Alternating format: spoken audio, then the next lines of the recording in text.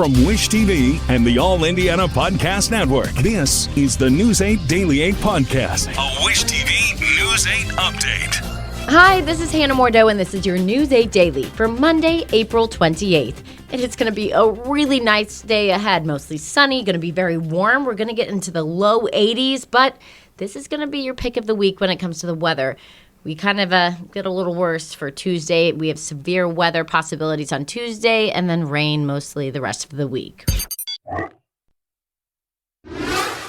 New on daybreak, police are urging people to buckle up after a deadly crash on the far east side. Officers say a man and a girl were ejected from a vehicle after it flipped several times at around 11:30 last night near East 18th Street and North Post Road.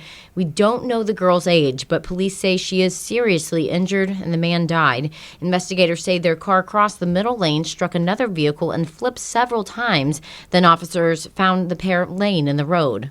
While there was a lot of damage to the vehicle, including the engine coming out of the vehicle, the passenger compartment of the vehicle is relatively in decent shape and the airbags did go off. But without wearing seatbelts, unfortunately, both the driver and the passenger were ejected from the vehicle. Police have not released the identities of the driver or the passenger. Some ministers are blasting Lieutenant Governor Micah Beckwith for comments about a notorious part of American history. Beckwith posted a video last week about the 3/5 compromise from the Constitutional Convention.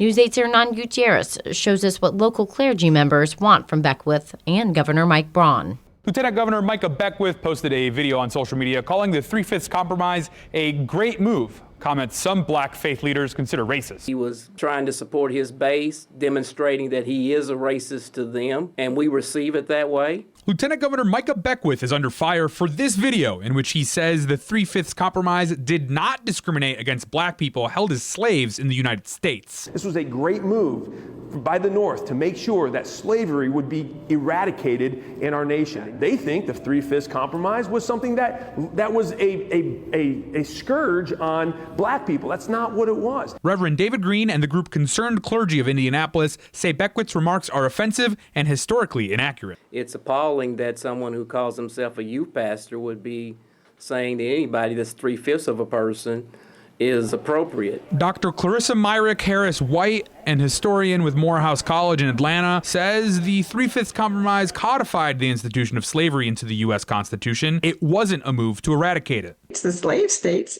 actually had more representation. And because they had more representation, that means that they had more power. So it was about gaining power in the governing of the new country. She believes Beckwith's messaging is unprecedented from someone in government, which could fuel more discrimination. It creates a false narrative. It's scary stuff. In previous periods of our history, there was at least an acknowledgement that there was discrimination, that there was racism. It's a message echoed by Green, who's calling on Governor Mike Braun to step in. We need a public apology from the lieutenant governor.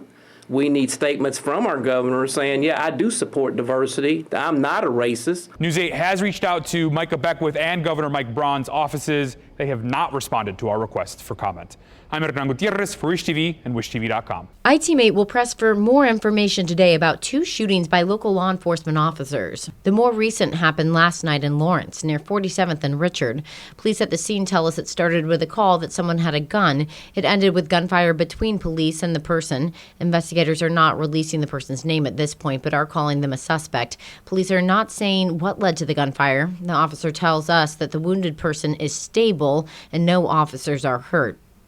A man is dead after a shooting by a deputy in Grant County. State police say authorities went to a home in Marion on a call that someone had hurt himself with a knife.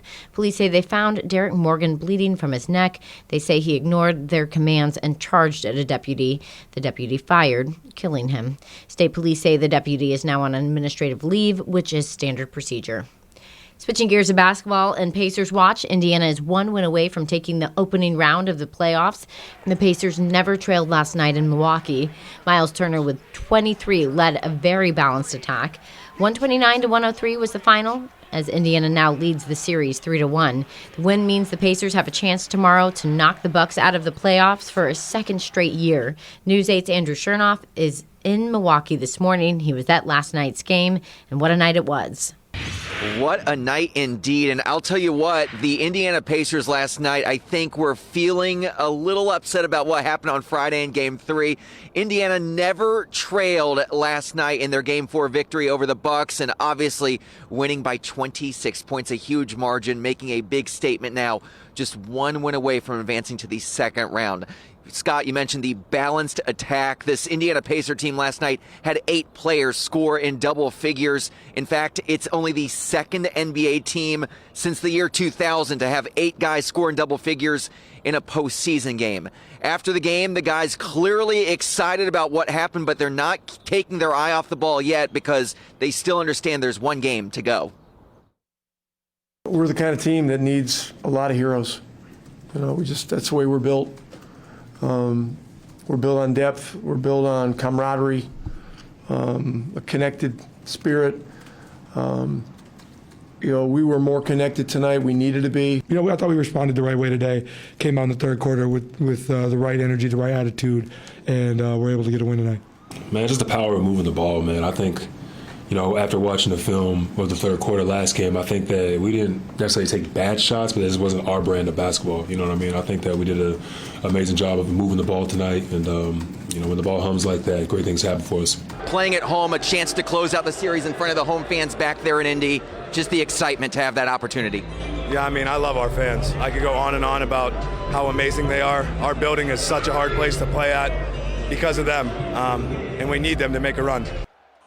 Yes, the TJ McConnell there talking with him right after the game, going one-on-one with him on the court, and he's excited to be going back to Gainbridge Fieldhouse. So are all the Pacers to go back to Gainbridge Fieldhouse. This place has not been a good spot for the Indiana Pacers behind me. Heading into last night, the Pacers were just 3-15 all-time in Pfizer Forum, so the fewer games they can play in this building, the better, and obviously Indiana knows how to win back there in Indy. Well, the Pacers tried to advance in the postseason. The Indiana Fever opened training camp, and the Fever's regular season is just around the corner. Only 5 players from last year's playoff team are back this year. There's also a new front office and new head coach, Stephanie White. She's back with the team a decade after leading the Fever for 1 season.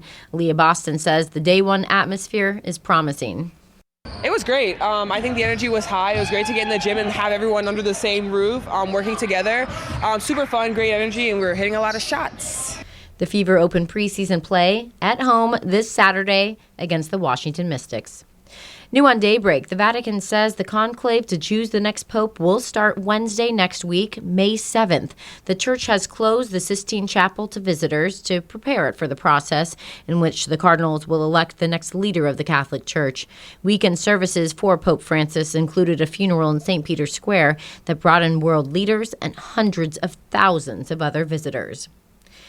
Now let's go to Jane King with your business headlines at the New York Stock Exchange, and she starts with a story on salmonella involving a new move from the USDA. So the Agriculture Department axed a Biden-era proposal to limit salmonella levels in raw chicken and turkey products as an effort to reduce food poisoning. But the agency said it received more than 7,000 comments about the proposed rule, which it withdrew after concluding it would have imposed an overwhelming burden on small poultry producers and processors. Now, food safety experts criticize this. They say that this is a move that would not protect the public, but the USDA says they believe that the measures that they have in place will be able to prevent foodborne illnesses. Well, Chinese fast fashion giant Shein Group raised U.S. prices of products from dresses to kitchenware ahead of the imminent tariffs on small parcels.